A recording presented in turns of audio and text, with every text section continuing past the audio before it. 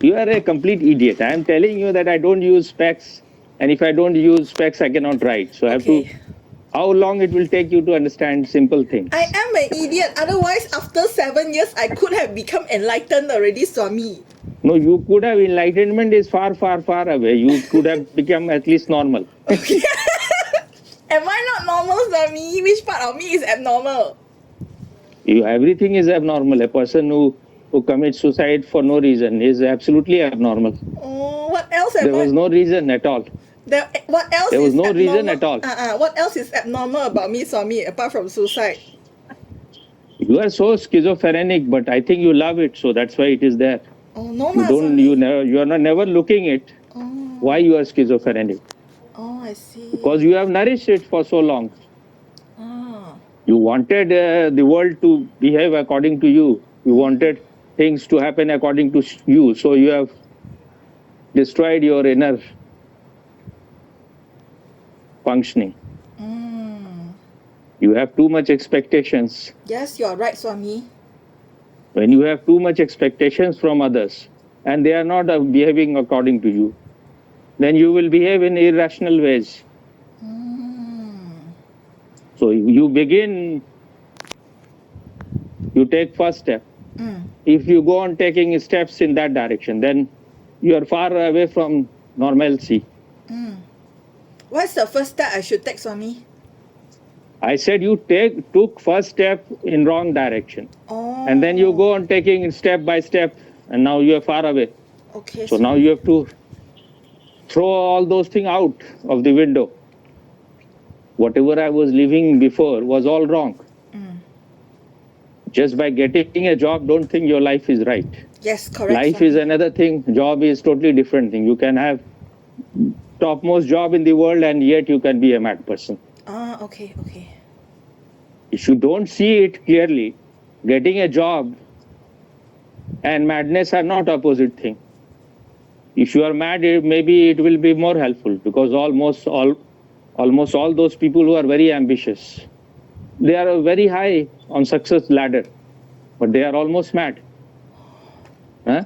Yes, Swami. That's all right. Why you again started weeping? No, I'm not weeping. I'm shocked. I'm shocked because you are so right, Swami. I'm so shocked. The whole world is full of mad people, all those people who are holding big posts. That's why they are there, because they have destroyed their natural abilities. They have destroyed their relaxation. They have destroyed their love. They have destroyed everything just to get a job, just to have a very high, powerful position, so that they can dominate others, they can destroy others. But if you want to destroy others, first you have to destroy yourself. Yes, Swami. That's right. That is what I was telling you, that if you are, I am pointing to you everything all the time. And when anything little bit happens, then you start taking credit that if you go to nature, then you don't need psychiatrists, you don't need psychological treatment. It's not that easy that you go to nature one day and everything will be cured. First, you have to see that you have created all those problems because you supported them. Maybe your parents, your environment was not healthy. In that, if you have that kind of environment, you need to be more alert.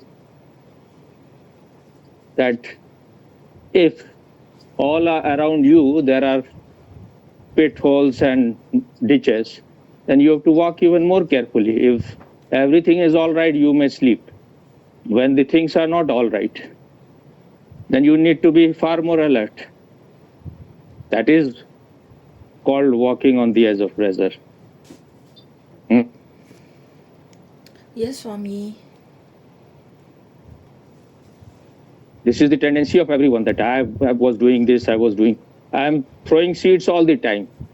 If you are in right receptive state, things will start happening.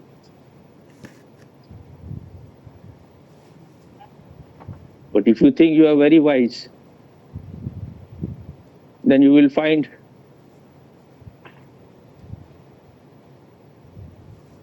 all kind of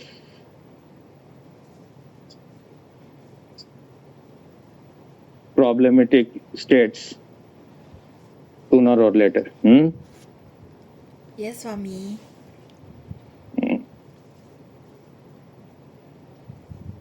So what I was saying about Lao Tzu. You were saying his Tao Ching is one-dimensional, and you said Bhagavad Gita is for everybody. It has everything for everybody, every path. Bhagavad Gita is more like it is, though it has, Krishna told Sankhya Yoga to Arjuna first, which is just based on understanding. If you have understood, then you don't need to do any sadhana. So he tried with Arjuna first Sankhya Yoga. He was not a charlatan that he wanted to delay Arjuna's enlightenment. So he told that which was purest first, which could have led him to enlightenment immediately. But Arjuna could not understand. Then he tried all other yogas, methods. Finally, Arjuna understood. Because that was not much of his search. He was not seeking truth when Gita began. Seeing in the opposition all those people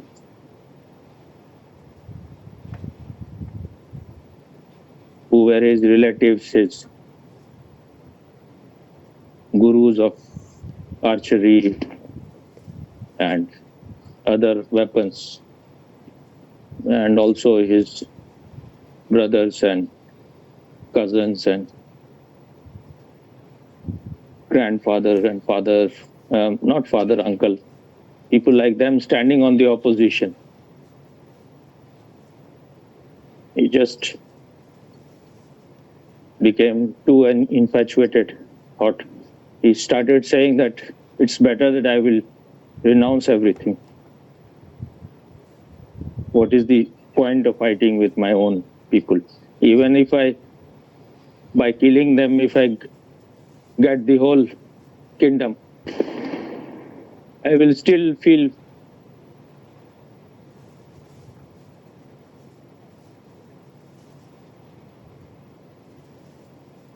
totally that I have lost everything. So it is all pointless.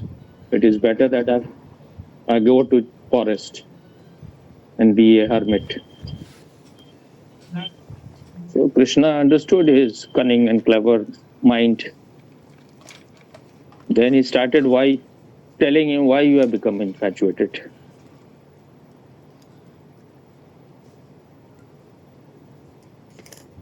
And each people who are standing in your opposition, these are all evil people. They are adharmic. Adharm cannot be translated as non-religious. Or there is no better word, but I'm saying these are evil people.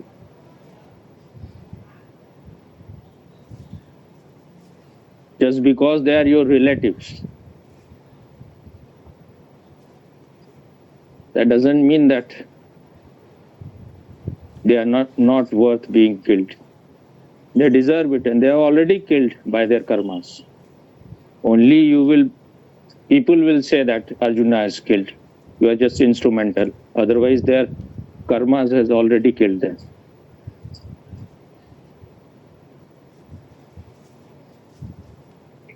Oh, but the Arjuna's state was clouded, so he has to speak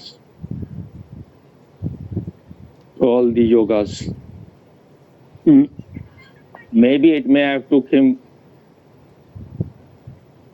10 minutes to explain everything, then it was expanded into a big, I don't know what. But whatever it was, maybe this, if you are giving this scripture in that kind of context, then people become interested in reading it. But the central thing of Mahabharata is Gita. That is the peak.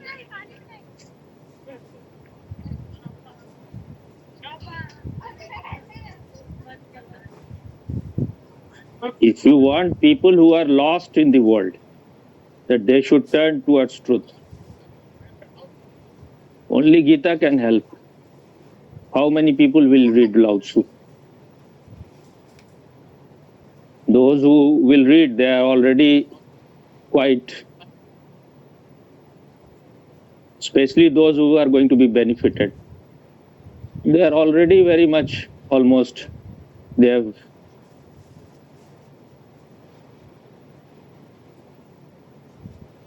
almost going to fall on the ground. They are so ripe, if they are going to be benefited. Otherwise,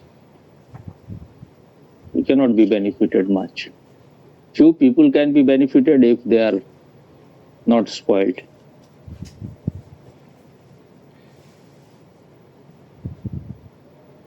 And Mahabharata, it's a story of the whole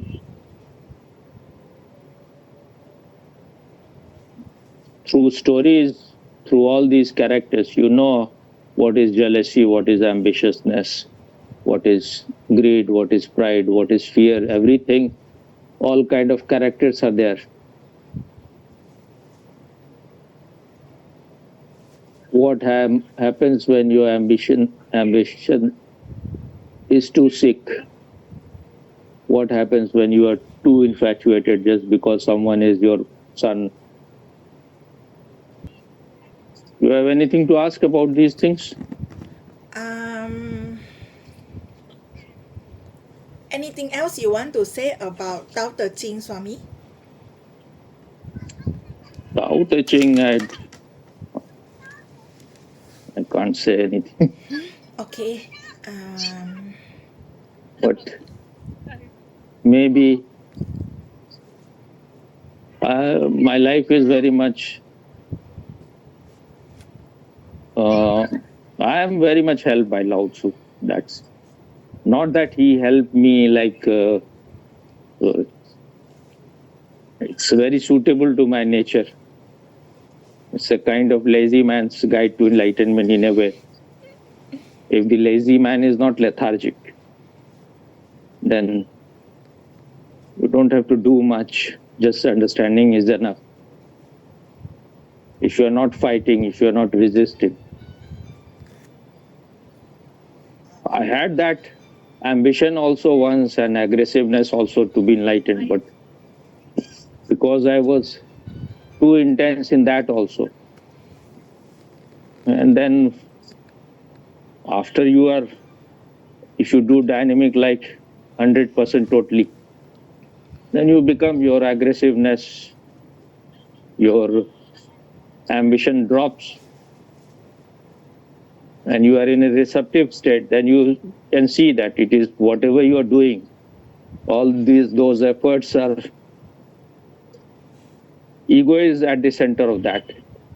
And ego is very small. You cannot,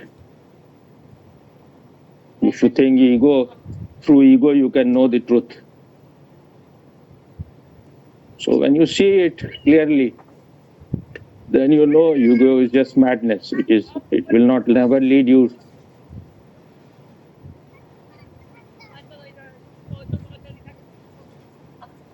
You can jump like kangaroo, but that will never make you enlightened. But that has to happen. That tiredness has to happen. You need to be totally tired of your own stupidities. Once you need to see that it is because you think you can become enlightened. If it is because this I is striving for enlightenment. This I is the only barrier. This I is preventing you from knowing yourself. There is someone sage in India has said, Hare ko Hari Naam. That means only when you are completely defeated, then you start remembering the truth. The name of truth for those who are devotees is God or Hari or Bhagwan or whatever. So when you lovingly address the truth, then for you it becomes Govind, Hari, Krishna, Ram, whatever.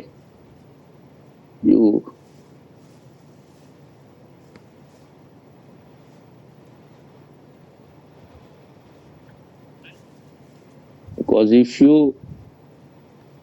this formless truth is beyond your imagination. So when you surrender to someone whom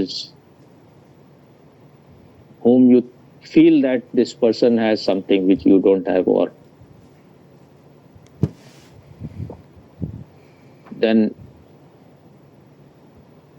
as you start coming closer to that person, you will start becoming like him.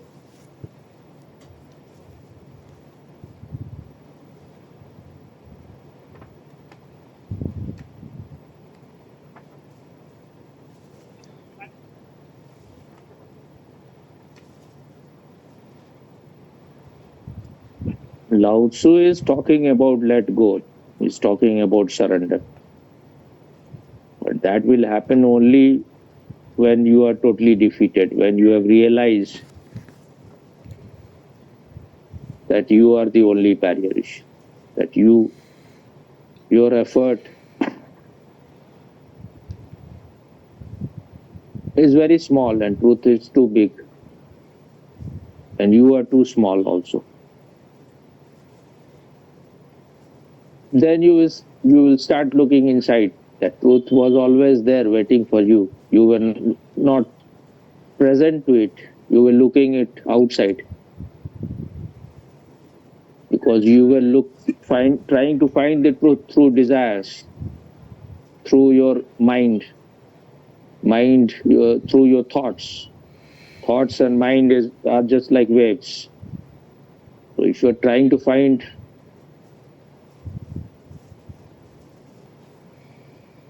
words can take you to it until and unless you become mature enough.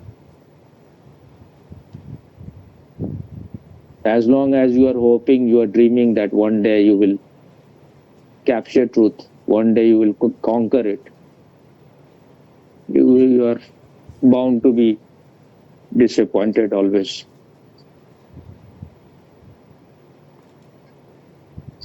So whatever Lao Tzu is saying is just declaring his state, which cannot be of much help to people who are people of low consciousness, people who are very gross. But we can imagine we are very high sadhaks. We are very awake people. So we are understanding it.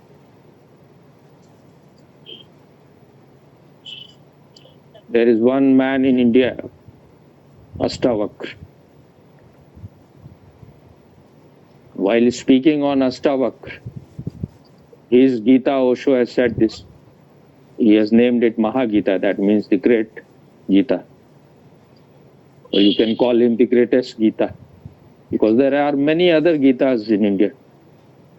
Gita just means song of the divine. So there are other Gita also, but that is the topmost expression of truth. It is coming from Ashtavakra. And while speaking on Ashtavakra, Osho said that just by listening to Ashtavakra, if it happens to you,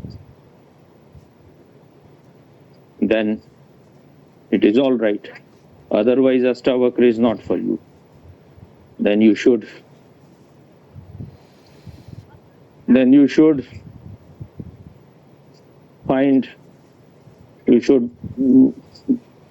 look into Buddha or Patanjali. Then they are for you. Because they will tell you methods, they will tell you path, way, how to reach. It is step by step. If you are following Patanjali is very scientific, very mathematical. He is like 2 + 2 is 4. If you are doing his, whatever he is telling, things will happen, but it will happen gradually. It is not like sudden enlightenment. But greedy people they may start imagining sudden enlightenment can happen to them. But sudden enlightenment is also never sudden. You are very ready because of all those methods and techniques and purification and cleaning.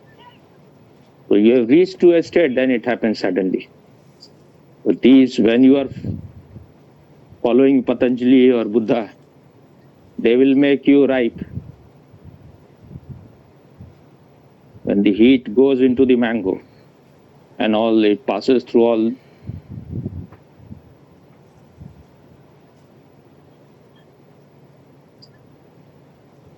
It faces everything which nature is exposing it to, like heat and rain and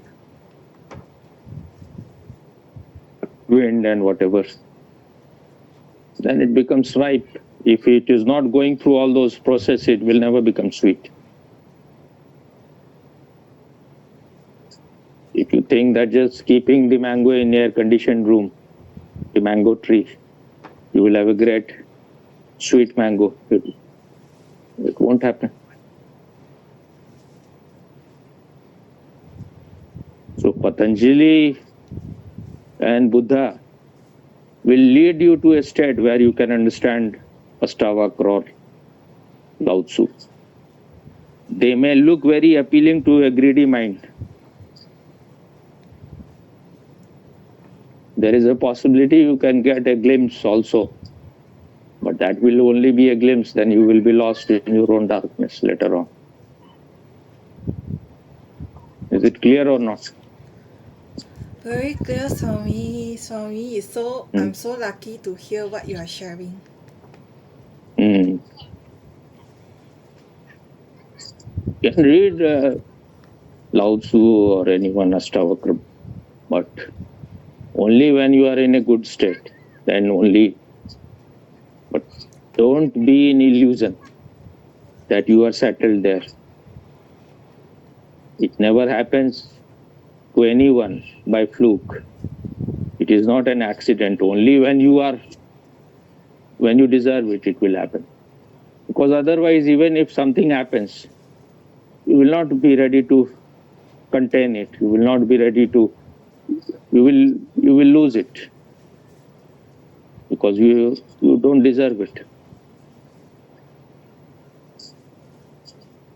If somehow some person has stood first in the class and he is not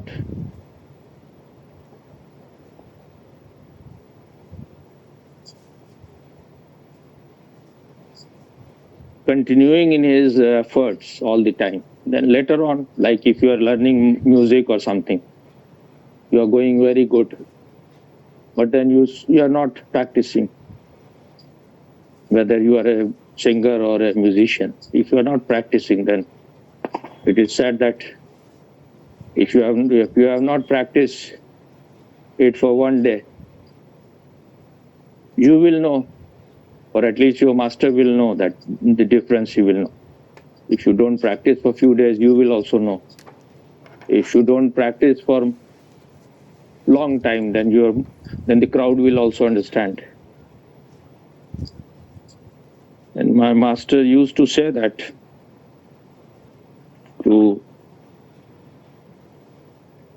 if you want to please the crowd,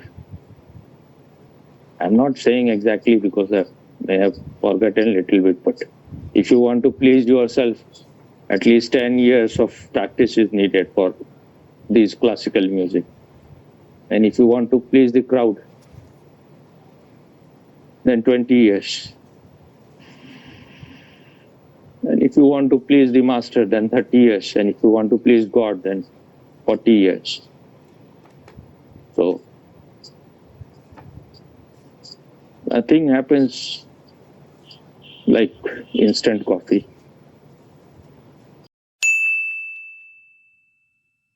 Maybe because you are taking so much of supplement for such a long time. Maybe that is also harming you. And you don't know how to use supplements. If you go on using it continuously, that is not good. You have to, you should like eat for 1 or 2 months and then drop it for a while, because that is also creating toxics in your body. You go on taking so many supplements, and no one knows whether they are helping or harming. So if I am taking this, I will see what is it, has it in any way help, but really you won't be able to know what is helping and what is not helping. Because you're taking so many things, what is helping, how can you know? Yes, correct, Swami. Or whether anything is helping all those things, or it is just the food which is giving you, even the food. And this is also a conspiracy of these people, that they have destroyed the earth everywhere so that you have to depend on food supplements. They are real devils. Yes. They have destroyed water, so you remain on mineral water. They are destroying air so that you need oxygen. They will open everywhere oxygen stations, like petrol pumps. You go and have oxygen. They are so evilish. They are always trying how to take out money from your pocket. And we are also very much gullible people. Too naive, huh? Yes, Swami. I will take this one for once and see what is it of any help or not. And I take all few of those things because here the air is too polluted. And within 5-6 years it has become far worse than it was when I came here. Because they have made houses everywhere and people are so unconscious, and here government has not taught them anything.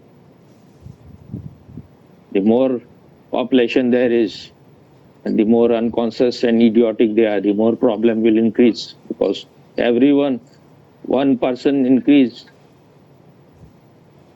is little increase in problems.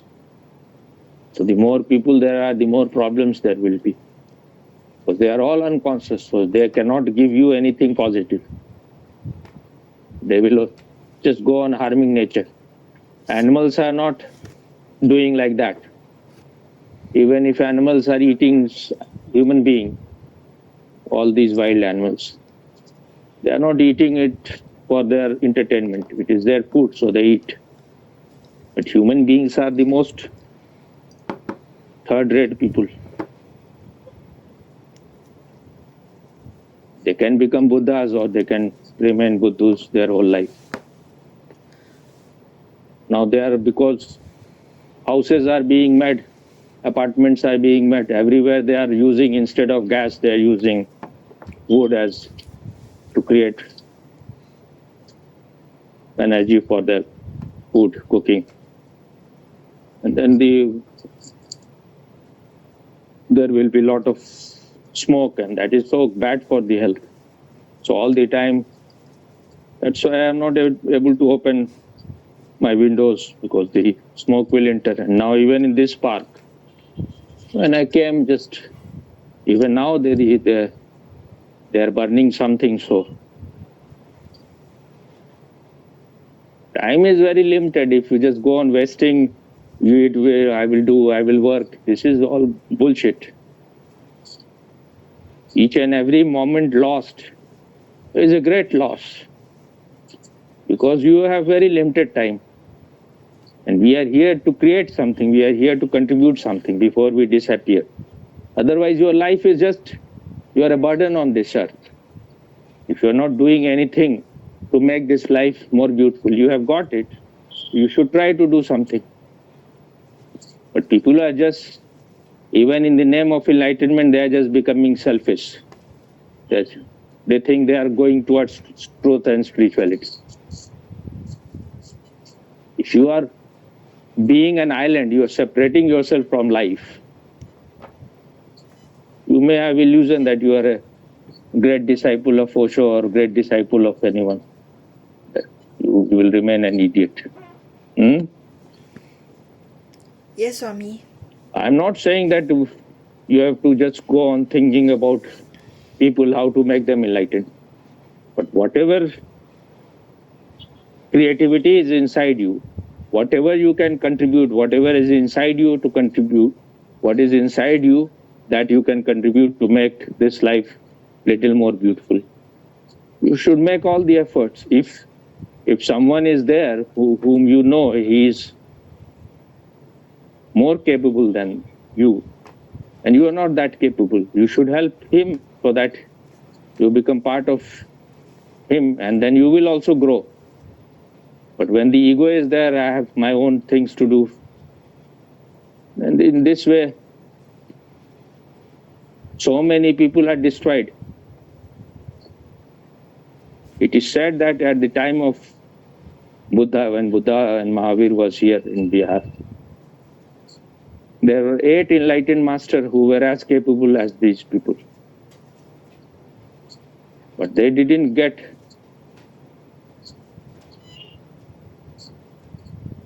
support from royal families. So their religion could not become so famous. Even Mahavir, he is not so, he could not become a worldwide phenomenon because there was no Ashoka with him. And Buddha, because so many royal family, the kings, those kings, they became his disciple. And later on, other kings, especially after Ashoka, he reached everywhere in Asia. Then later on, he has now reached everywhere in the world.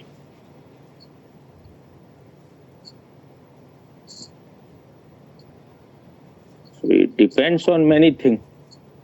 While speaking on Ashtavakra, Osho has said that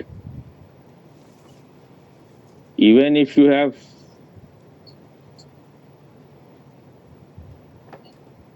first, it is so difficult to know the truth. There is a possibility if once you have known the truth, you may become deaf or you may die.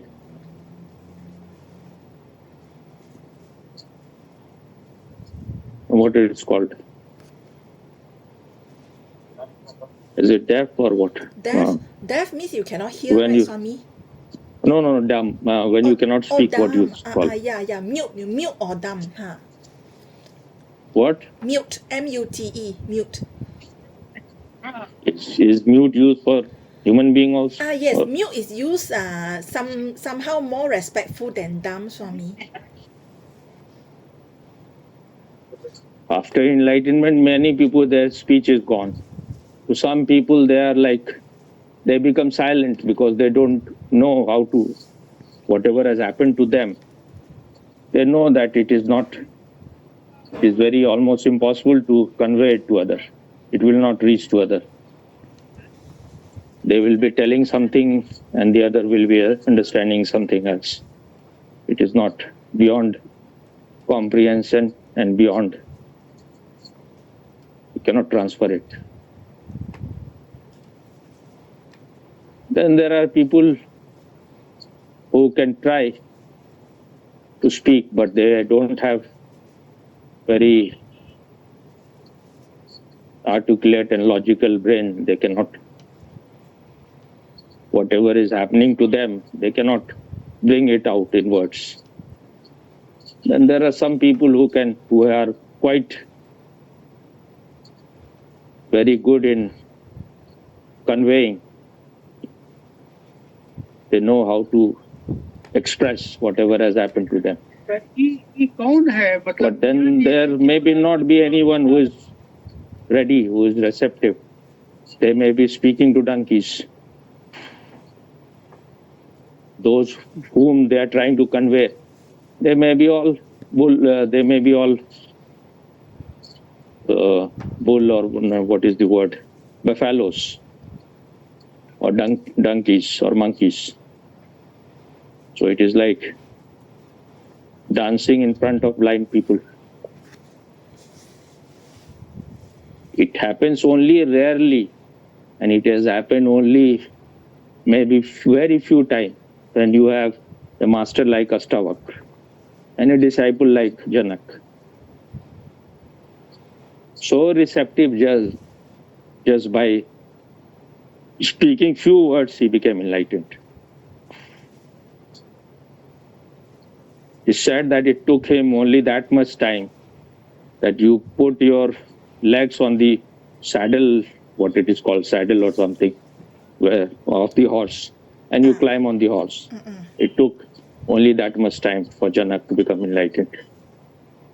Because he was very ready, he was very cultured, very civilized, very a man of, he has known all the luxuries. And he was not a man he was becoming mature slowly. He was surrounded by all people of so wise people. So when Ashtavakra came to him, and he was just a 12-year-old boy, and Janak was an old man, but he bowed down to him. He was totally ready. He accepted him as his master, a 12-year-old boy, and a king, a great king, is ready to surrender. Is ready to learn from a boy. That shows how mature this person was. And when Ashtavakra entered into his kingdom, because his mother had asked to tell the father that the food is ready and it is already too delayed, you come back to take food. And his father was there.